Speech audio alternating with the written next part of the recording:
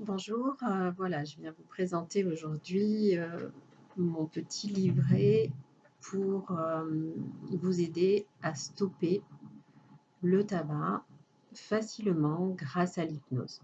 Alors, mon petit livret explique un petit peu mon approche et effectivement, il est associé à une séance d'hypnose que vous pourrez faire à la maison pour vous libérer facilement et définitivement du tabac. Donc le lien est dans le livre pour accéder à cette séance, soit en MP3, éventuellement on peut aussi l'avoir sous forme de CD. Donc comment l'hypnose va pouvoir vous aider à vous libérer du tabac? Eh bien l'état d'hypnose est un état qui permet d'accéder à des ressources inconscientes. Si vous avez du mal à vous libérer du tabac, c'est que c'est une addiction, c'est une vraie drogue, une drogue dure, et que vous avez besoin de votre dose pour pouvoir être bien. Sinon, vous êtes en manque et c'est pas facile de vivre le manque. Donc parfois, euh, vous avez juste du mal à arrêter parce que du mal à supporter le manque.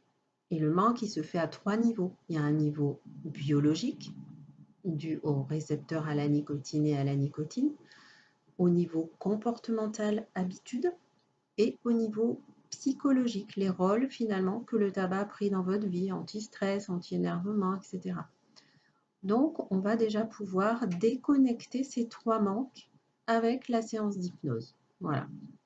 Mais parfois, malgré cela, on a du mal. Et là, c'est qu'il y a des sortes de verrous du changement, des verrous qui sont émotionnels. Donc dans le petit livret, je les ai récapitulés. Il y a un petit test aussi qui permet justement de voir quels peuvent être vos verrous. Et comme c'est une problématique addiction, un des premiers verrous, c'est si on n'a pas réglé une problématique de manque. Donc le manque, il peut être euh, que c'est un deuil qu'on n'a pas fait, par exemple, un deuil non fait. Mais le manque, ça peut être aussi un manque chronique d'affection dans l'enfance, on ne supporte pas d'être seul, voilà, il faut toujours qu'il y ait du monde autour, comme si on manque d'autonomie en fait, on reste toujours dépendant. Donc il y aura un travail à réaliser par rapport à ça, si c'est le cas. Mais ça peut être aussi différentes choses qui créent une sorte de stress permanent, parce que si on est déjà en état de stress, on n'est déjà pas très bien, ça va être difficile de supporter en plus un état de manque.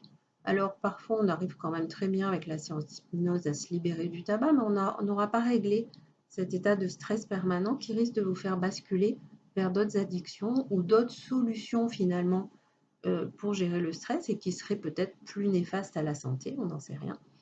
Donc du coup, c'est important de profiter de cette occasion pour faire en quelque sorte un grand nettoyage de toutes les émotions qui peuvent bloquer, qui peuvent faire qu'on rechute, et de pouvoir travailler sur tout ça en état d'hypnose, mais c'est déjà important d'en prendre conscience auparavant.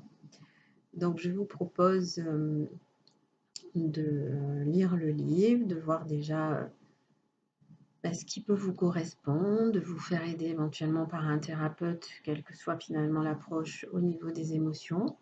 Et puis ensuite, en tout cas, de faire cette séance pour vous libérer, de la refaire plusieurs fois s'il le faut. À la maison, ça peut se faire tout à fait.